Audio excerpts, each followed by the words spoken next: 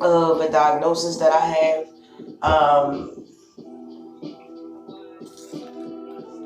It's pretty much called dyslexia. And if you don't know about dyslexia, there's tons of people in this world that have it, that experiences. Just for the people that know that they have it, is a greater number that don't know that they have it. Whoopi Goldberg talks about growing up with dyslexia.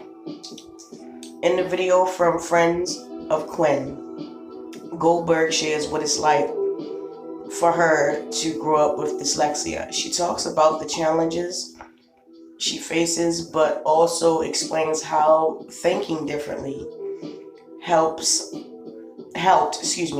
her succeed. Hear her story and the advice she has for parents of kids with dyslexia.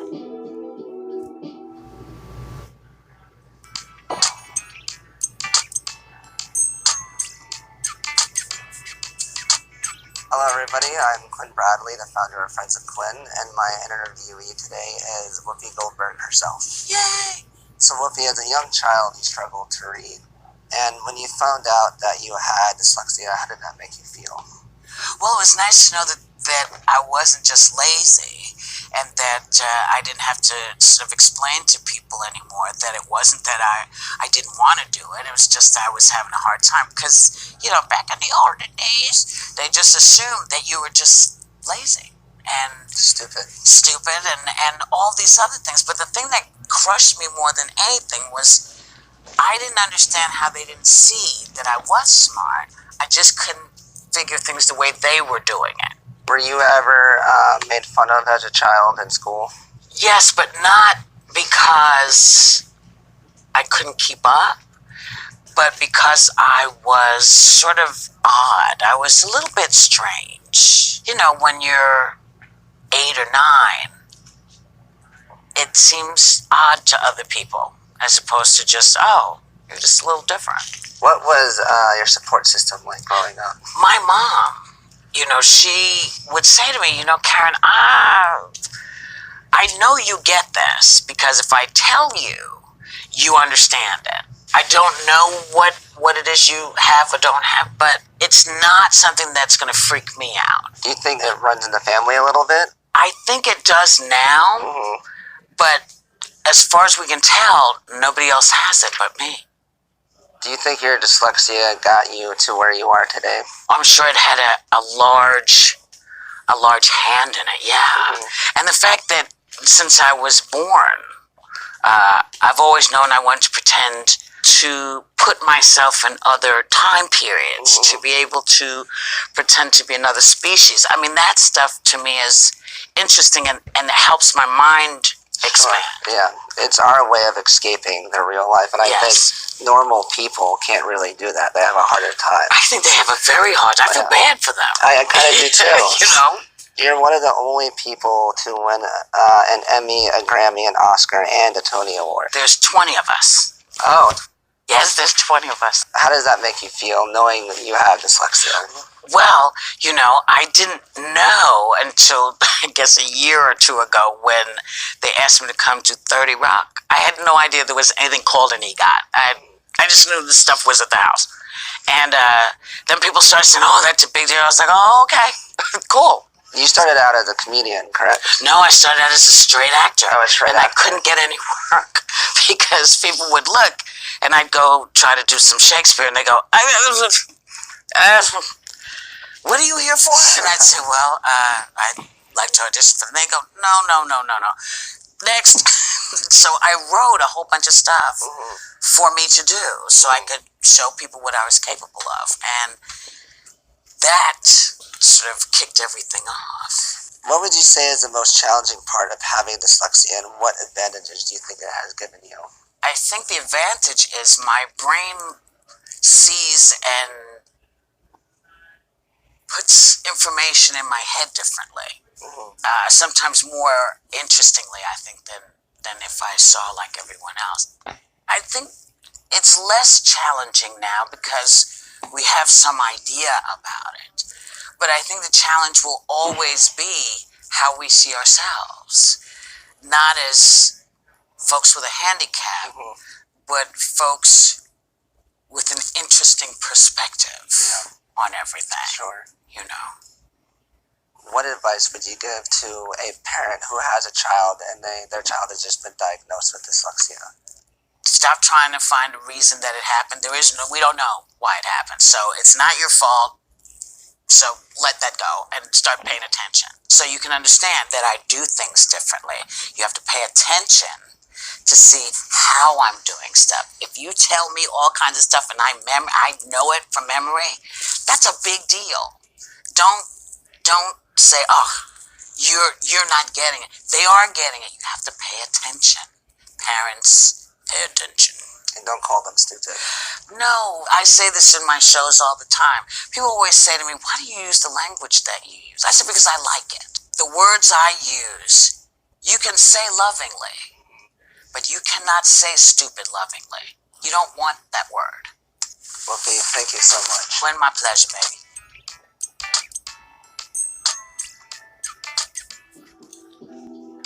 Okay, so you just saw the video with Whoopi Goldberg and Quinn, telling you about her experience with dyslexia. I've had dyslexia for as long as, I've been, just aware of going through school and things of that nature. This is debunking myths about dyslexia. It says there are many signs or clues to dyslexia which are discussed in depth on this website. However, it is also important to be aware of the misconceptions and myths surrounding the disorder. There are several myths regarding dyslexia, which have highlighted some of the more common ones. Number one is smart people cannot be dyslexic or have a learning disability. Fact, dyslexia and intelligence are not connected. Most dyslexic individuals are very bright and creative and have accomplished amazing things as adults. Myth number two, dyslexia doesn't exist. There have been over 30 years of documentation, scientific evidence, and research proving the existence of dyslexia. It is one of the most common learning disabilities to affect children. Myth number three, dyslexia is rare. In the United States, NIH research has shown that dyslexia affects 5 to 10% of the population, with estimates as high as 17. Some people may have more mild forms, where others may experience it more severely. Dyslexia is one of the most common causes of reading disabilities in elementary school children. Only 1 in 10 dyslexics will qualify for IEP and receive the special education services in order to get the help in reading that they will need. Myth number 4. Dyslexia is very uncommon. This is the fact. Similar to the above myth, the International Dyslexic Foundation states that between 15 to 20% of the population has a language-based learning disability, dyslexia being the most common of these. The United States Department of Health and Human Services estimates that 15% of the U.S. population has dyslexia. Okay, here's another one. 5. Dyslexia can be outgrown. Fact, dyslexia is a lifelong issue. Yearly monitoring and phonological skills from the 1st through 12th grade show that the disability persists in adulthood. Although many dyslexics learn to accurately they may continue to read slow and not automatically. Number 6. Dyslexia is a catch-all term. Research has shown that dyslexia is a specific neurological learning disability that is characterized by difficulties with accurate and/or fluent word recognition, poor spelling and decoding abilities. Other secondary problems in vocabulary, reading comprehension, and writing may also arise.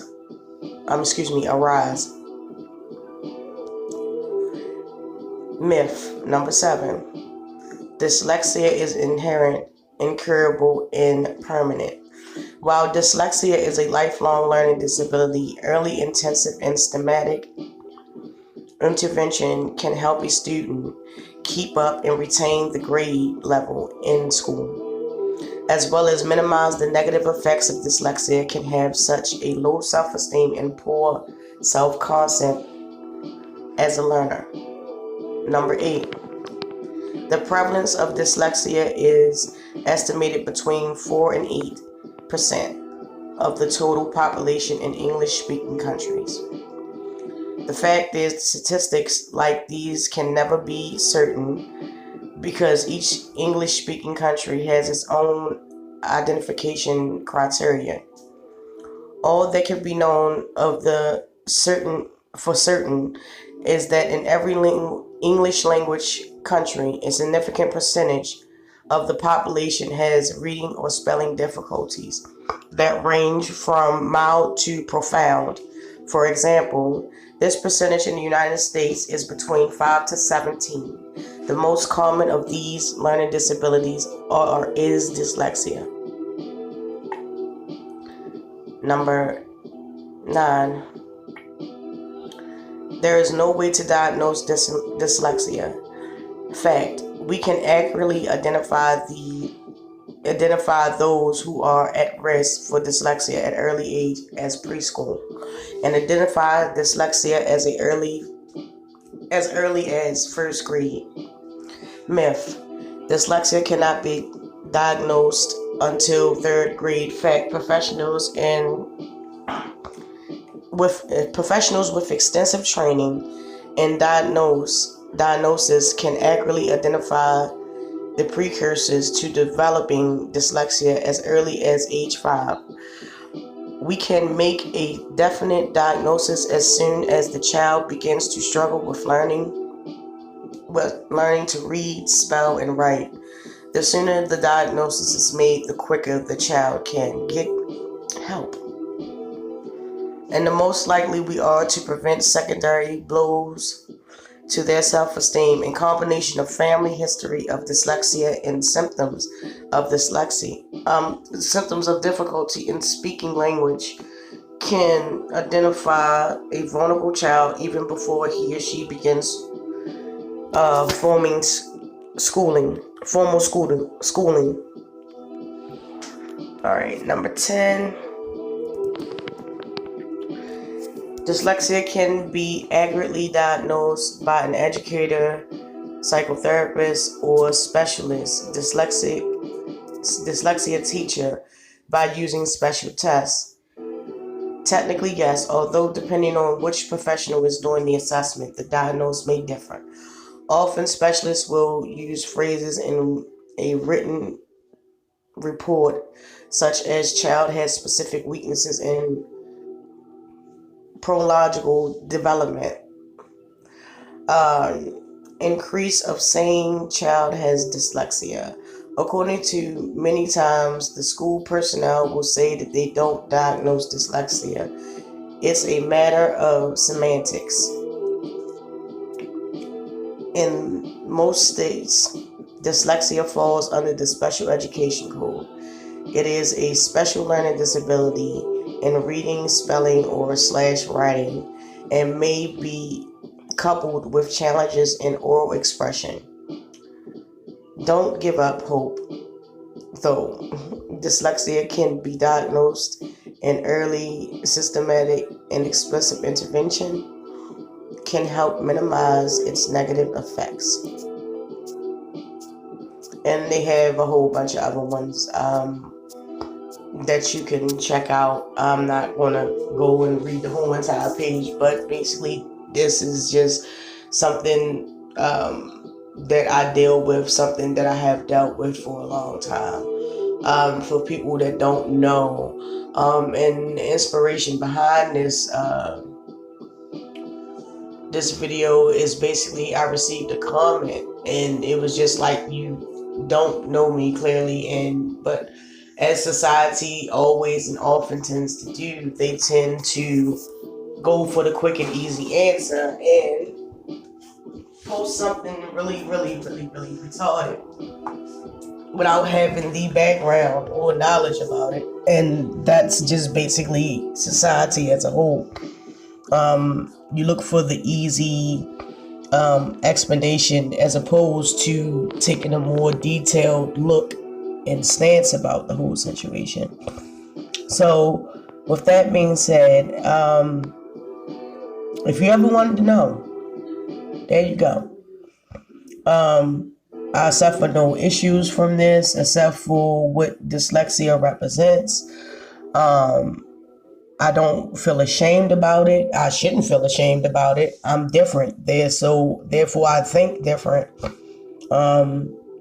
Always been different, always been an oddball, always been, odd.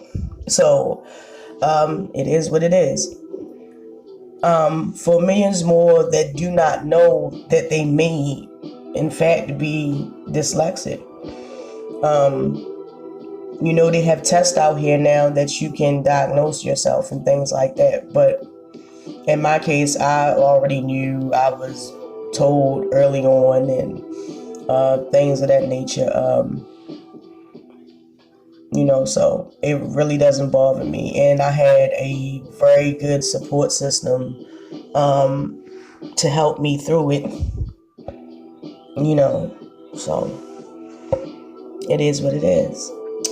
So with that being said, please drop down in the comments, like, subscribe, and share. And until next time, guys, I will see you.